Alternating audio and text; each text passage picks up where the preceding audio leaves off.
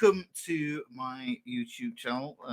This is another video that I'm doing. I can't remember how many I've done now. I've done a few. Been doing a video every day, so if you're new to my channel, check out those other ones if you've not seen them all. But today's lesson is a fun strummer in E major. But the benefit of this one is it really gets to the core of the 5R3 thing that I've mentioned before in some of my other lessons. I'm going to use my trusty whiteboard here. But the 5R3 thing, this really sort of demonstrates it. And another cool byproduct of this is that it will show you how to play these kind of the second inversion arpeggios, you know, essentially. And these are little chunks of information that you can stick in your solos. So, you can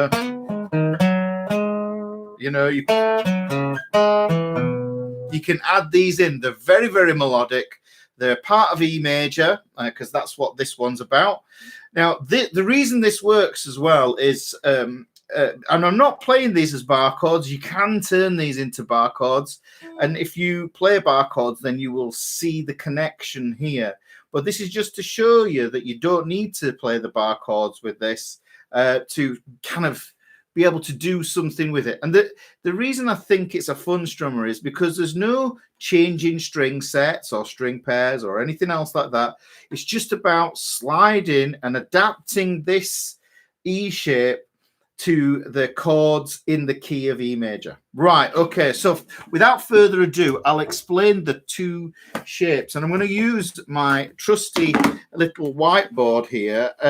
And the thing with this here is I will also put the PDF for this. I'll probably take a photo of this, scan it, turn it into a PDF, whack it up, E major. That it's a lovely one, and I might even have a bonus at the end for you for something else, because there's some pretty cool things you can do with this. And I always think to myself, well, you know, what are the key elements of a song that you need? You need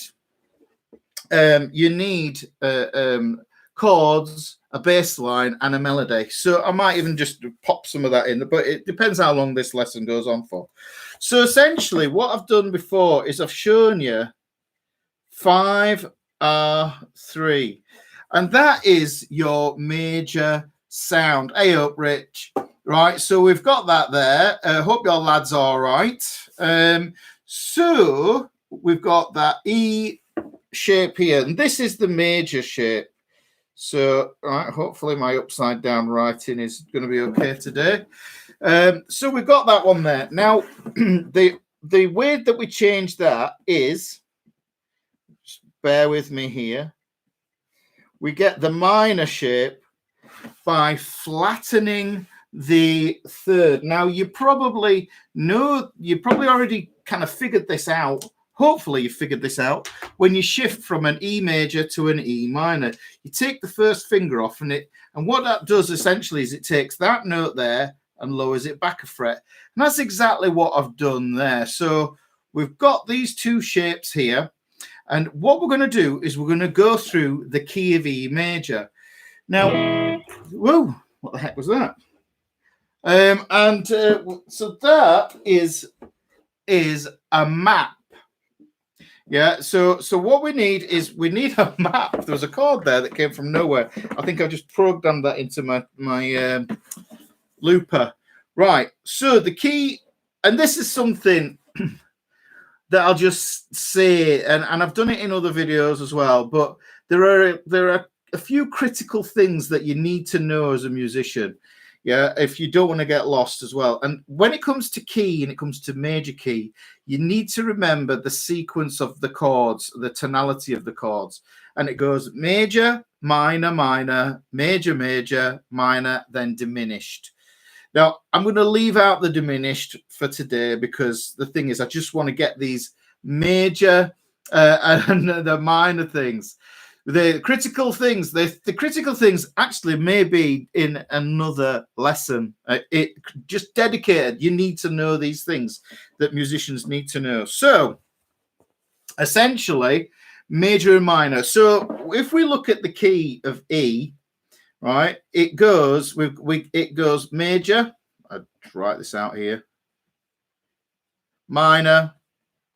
I'll do this like this: major, minor, minor, major, major, and we're just gonna, like I say, we're gonna stick with just the first 6 chords, and you can see that what happens is we get 3 major chords and 3 minor chords. Have you written them out there, dude?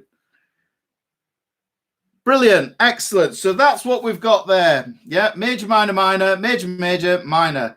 You just need to remember them. It's like knowing your date of birth. Yeah, you just need to know this order. And what I'm going to do is I'm going to show you these going up the neck. Now, we can think about it in terms of bar chords, but like I say, we're not going to use the bar chords for this because what we want is this strummy sounding things, right? Strummy sounding chords. If you saw the washing line blues video, then you'll know that what you can do is you can essentially take any scale and you can use any string as a washing line. The notes of the scale are the pegs, and those are going to tell you what the chords are. So essentially, if we want to kind of look at it in this way, this is a very linear approach as well to the E. We're looking at this open E as being the first chord, which is the major. We can move up a tone. Yeah, we move up a tone or a step if you want to think of that in US. And then what we do is we move up another step and the semitone. Let's play HU. Can you stick these in the thingy so it goes step, step, half step, step, step, step, half step, or if you like the English, tone, tone, semitone, tone, tone, tone, semitone. But it's always going to spell the same sequence. It's going to be 0, 2, 4, step, step, half step, step, step, step, half step. There's 3 steps at the end there, right? Okay.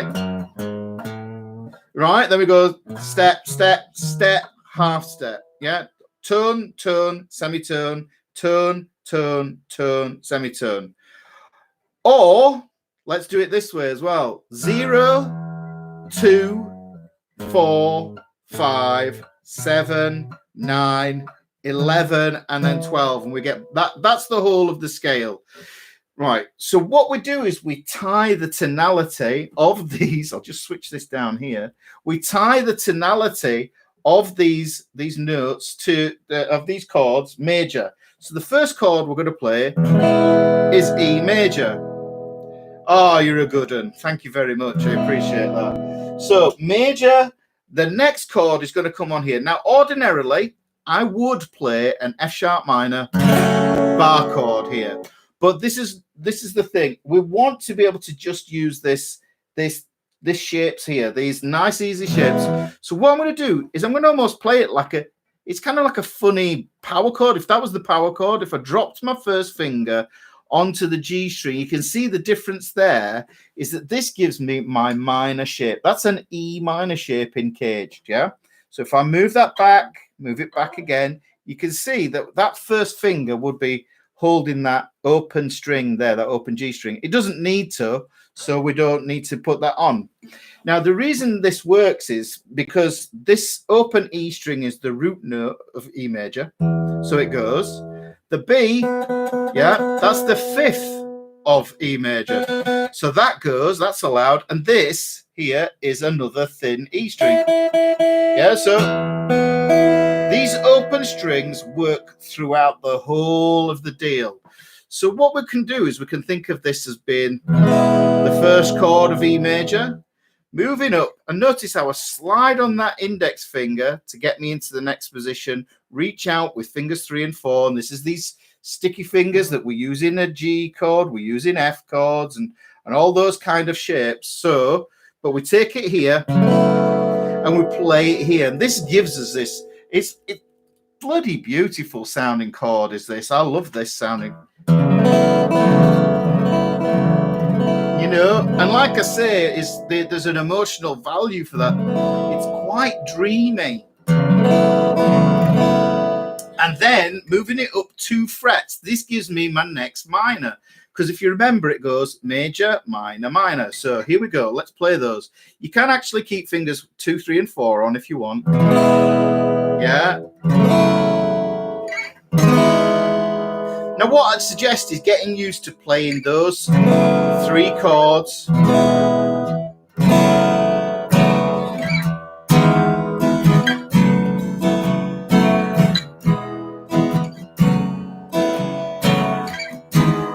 Yeah, so we could play those 3 chords there, and you can see that it goes major, minor, minor.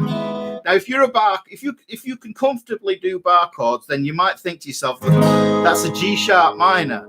But if you took that bar off and you wanted to maintain and keep the core of what the chord is, remember this goes 5th, root, flat 3rd.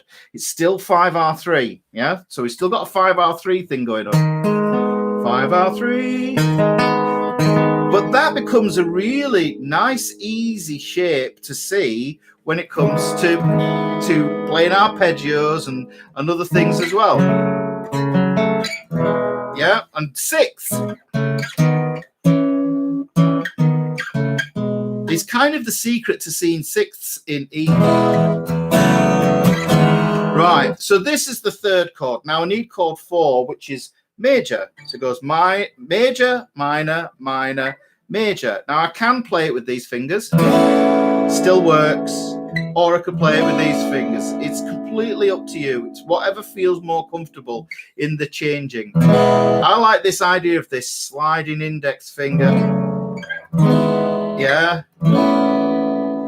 So there's my 4th chord, which is the major. This is fret 6 and fret 7. Don't worry, guys. I'll put a link to the PDF with all these chords drawn out in position, so you don't need to worry about writing them down or working out what they are here.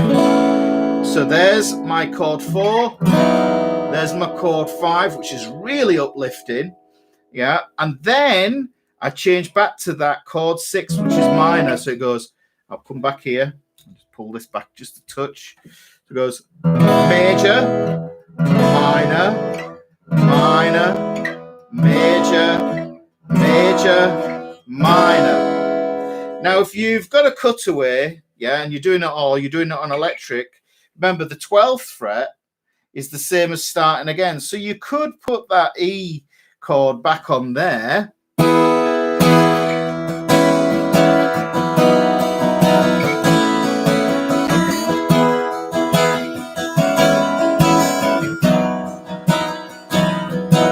Which is another thing that you could do. And this is what I mean. It's a lovely strummer. When you're learning how to strum, sometimes you don't want to be thinking about chord changes. And if you could implement some easy chord changes, then this, it's just easy. It's an easier way to play something.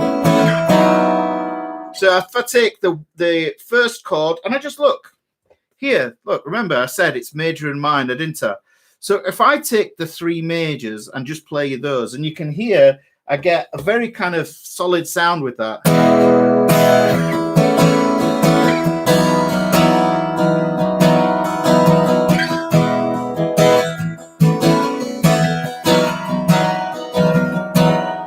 But what if I just play the 3 minors? What does that sound like?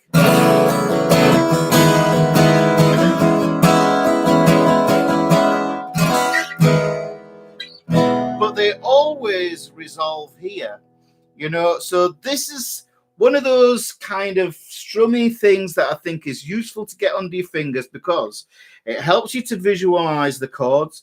Yes, you can change them into your bar chords.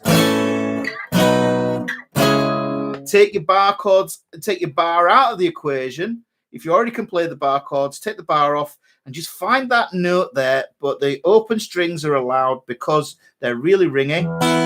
So you can pick it with your fingers.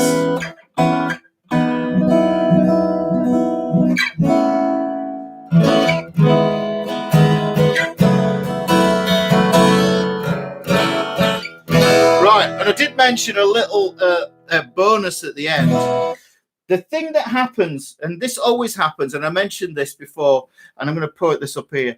If you want to know where to play the melodies to make up and improvise a solo, or if you wrote a song with something like this, I always think the melody has to be something that the postman can whistle or sing.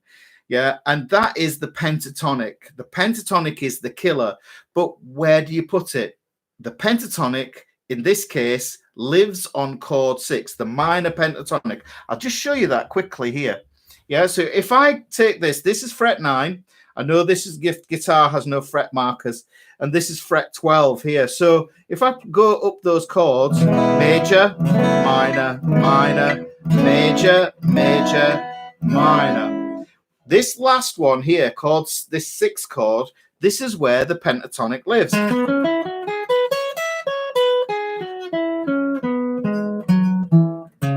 Yeah, there's and this would be the major pentatonic here. And these are the simplest melodies, and all cultures have a pentatonic. This is a strange thing. It's intrinsic to human beings. So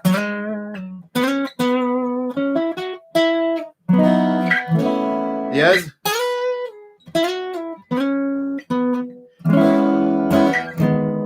You can hear that is where the tune is.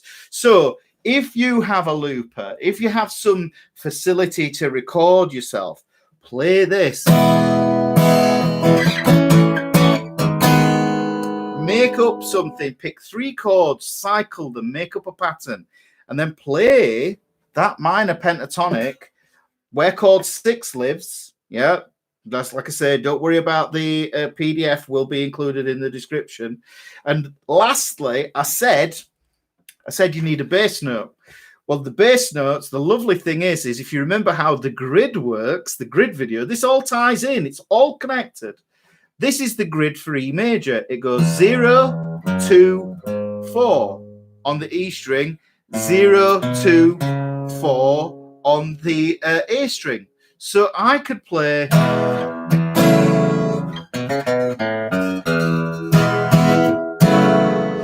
You can hear I have a place to put bass lines. So there's my bass lines. Here's my melody. Here's my chords. I'm challenging you guys to go out and create something now, play something, and if you want to, you know, record it, bang it up on here and on YouTube, and share it with us, and I'll share it in the description for this one. Okay, then, guys. If this is your first time on my channel, please consider subscribing. Hit that notification bell because I like to go live all the time. But wallop that like if you've enjoyed this lesson. It makes sure that I go up the algorithm a little bit better. If you've not liked the lesson, hit that dislike twice just to make sure. If you've been in the chat, thank you for joining me here today, guys. I appreciate you showing up, and I will see you soon. Remember, we're going to look after each other in this time, and I just want you guys to stay safe, play guitar, learn something, just get better, and you will keep getting better. Just keep plugging away at it, because it's amazing, his guitar, you know it is. So okay then, guys, see you later, take care.